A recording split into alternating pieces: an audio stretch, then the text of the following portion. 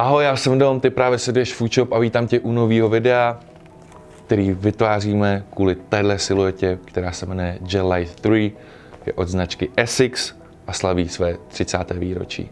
Tahle silueta je od japonské značky s názvem Essex, na svědomí má Shigeyuki Mitsui, což je legendární designér, co se týká Asics tenisek, a tahle colorway je jedna ze 4 prvních OG colorways, které vycházely nedávno, nebo už dávnic, teda jsme točili video o té zeleno-žluté, takové té citronové nebo citrusové. K tomuhle videu jsme chtěli původně si sem pozvat lidi, kteří mají rádi tenisky Essex, ale bohužel vzhledem k tomu, že je situace jaká je, tak to musíme udělat tak na dálku, ale připravili jsme si nějaký zajímavý lidi a zajímavé otázky na ně. Jako první otázku, kterou bych se moc rád položil, je to, co pro vás osobně znamená značka Essex. Moje jméno je Koukou a okrem iných tenisiek zbieram aj tenisky Asics, ako môžete okolo mňa vidieť. Značka Asics je pre mňa hrozne dôležitá a veľmi obľúbená práve kvôli tomu, že sú technologicky veľmi popredu a každý rok prinášajú úplne skvelé a nové inovácie, čo sa týka hlavne komfortu, teda v ich prípade, ale takisto ten štýl, ktorým sa posúvajú a menia svoje tenisky, mi je veľmi sympatický. Essex mám rád, protože je to japonská značka, strašně se mi líbí japonská kultura, mám rád japonský lifestyle, do kterého určitě Essex patří. Moc se mi líbí jejich nevšedný design, vy hned poznáte, že prostě jde o Essex botu s ničím jiným, s nějakou jinou značkou. Si ji nespletete a použitý materiály a pohodlnost je prostě skvělá. Pro mě to je určitě pohodlnost, materiály, zpracování a super kolaborace s zajímavými obchodama. Co mám rád na Essex? Na Essex mám rád originalitu, smysl pro detail a většinou velmi dobrý výběr na kolaborace. Na značce Essex mám asi úplně nejradši to, jakým způsobem dokáže kombinovat sportovní estetiku s módními trendy, což vlastně prakticky znamená, že spousta těch tenisek je dělaná na základě dlouholetých výzkumů, kterých se účastní i jako vrcholoví sportovci, a proto jsou ty tenisky extrémně pohodlný, ale zároveň tady s tím dokážou naprosto skvěle padnout ke skoro jakýmukoliv outfitu, k jakýmkoliv kalhotům a ten výsledek opravdu stojí za to. Určitě by mě také zajímalo, jaký pár z vašich sbírky je ten nejoblíbenější. Pár, ktorý mám zo svojej zbierky úplne najradšej od Assicsu, je jednoznačne tento. Je to spolupráca Kiko Kostadinová s Assicsom na siluete Gel Delta. Sú to ultimátne pohodlné boty, strašne dobre fitujú ako z vrchu, tak od podrážky a strašne rád ich nosím. Veľmi dobre vyzerajú na nohe a je to za mňa jedna možno až z najlepších, možno až najlepšia teniska, ktorú proste v zbierke mám. Můj nejoblíbenější kousek z mý kolekce je tento Gel Light 3, který vznikl ve spolupráci s německým obchodem FU. Nese název Red Koi a je inspirovaná červeným japonským kapříkem. Můj nejlepší pár jsou rozhodně tady tyto Essex Gel Light 3, Orange Koi ve spolupráci s FU. To jsme byli osobně vlastně na releaseu v Düsseldorfu a dostali jsme k tomu každý ten speciální bento box, takže toto jsou oni. Tyhle gelságy od Full Patrol, inspirovaný japonskýma anime robotama. Zase ten materiál a pohodlná bota hrozně. Asi nejznámějším párem z mojí kolekce jsou Essex Gel Light 3, je to konkrétně tady ta colorway Smoke Blue, která vyšla, jestli můžete prohlídnout, colorway Smoke Blue, která vyšla právě k příležitosti 30. výročí tady té siluety a za mě naprosto skvělá. Značka Essex je také velmi známá pro jejich legendární kolaborace a já bych se rád zeptal na to, jaká z těch kolaboracích je vaše nejoblíbenější. Čo sa týka spoluprác obchodov alebo iných značiek s Assicsom, tak je pre mňa jednoznačne víťaz táto bota. Je to teda Asics Gel Side v spolupráci s nemeckým obchodom Overkill. Tá komunita okolo toho obchodu je hrozne silná a strašne dobre vlastne vždycky pojmú tú prezentáciu.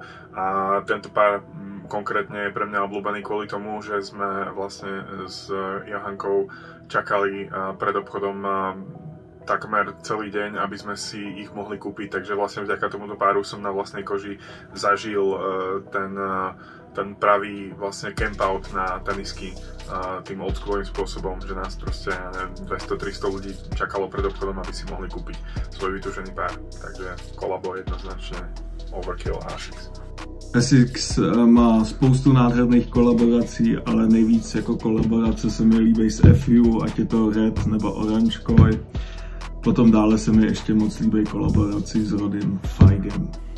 Co se týče nějakých legendárních kolaborací s ASICS, tak tam bych zařadil určitě nějakou od Ronnieho Figa, protože přece jenom díky němu jsem se jako dostal vůbec k ASICS, k té značce. Ať už jsou to Super Greeny nebo Salmon Toe, on jich má opravdu hodně. No a pak bych určitě ještě vybral FU, co udělali první kolaboraci s nimi, a to jsou ty Red Koi, takže za mě jsou to tady tyto. Nejlepší kolaborace pro mě asi s FU a Beams Koi, jak ty červený, tak ty oranžový, které vycházely, myslím, že minulý rok nebo předminulý. Se mi líbilo asi nejvíc. Líbených kolaborací od značky ASICS mám hned několik, ale tou, která je asi úplně nejlepší, je s Ronnym Figem, znovu právě na siluetě Gel-Lyte 3, a je to konkrétně model Salmon Toe, což je vlastně taková tmavě modrá, velmi tmavě modrá, krásná teniska právě s tou boxem v lososové barvě a vypadá to naprosto skvěle. Tohle video je sice o siluetě Gel-Lyte 3, ale kdybyste měli vyjmenovat siluetu, která je pro vás nejlepší od téhle značky, jakou řeknete? Jsou to Gel-Lyte 3 nebo je to jiná?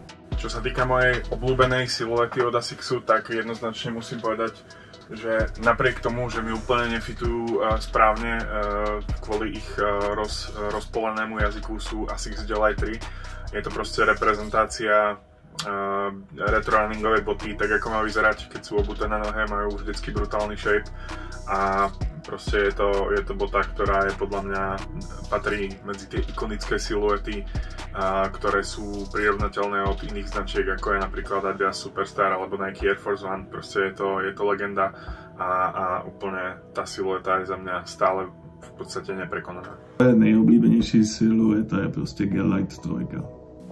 Mé oblíbená silueta je Gel-Lyte 3 a z těch novějších potom Gel Kayano 5 360. Určitě to jsou Gel-Lyte 3.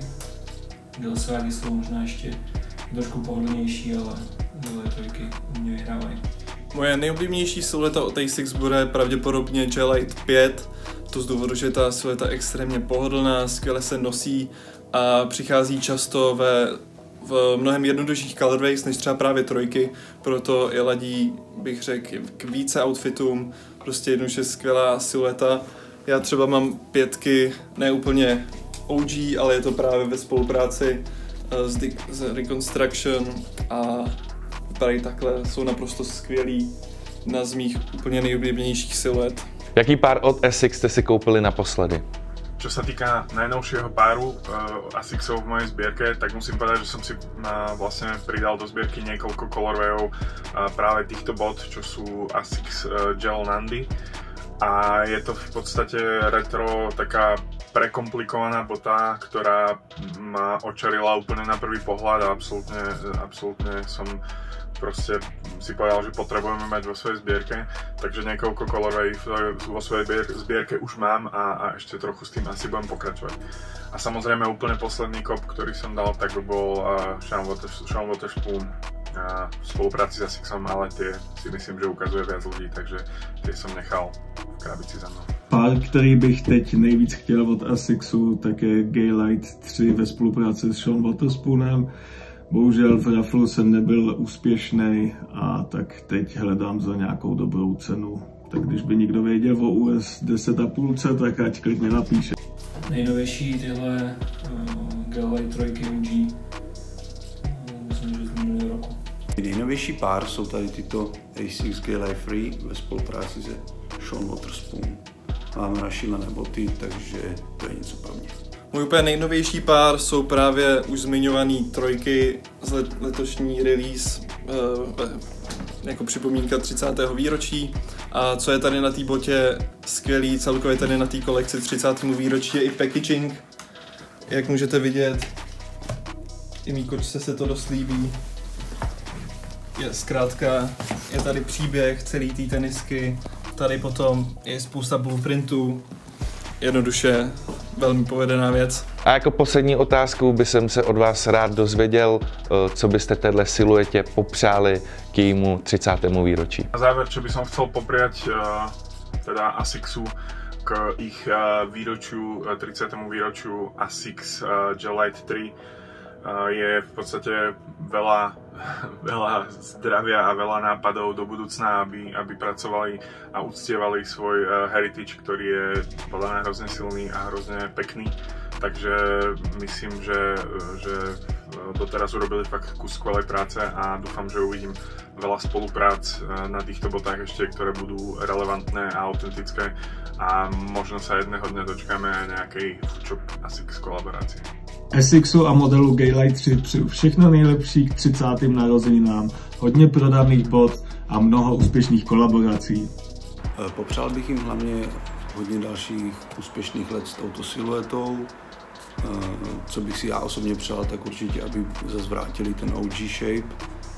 A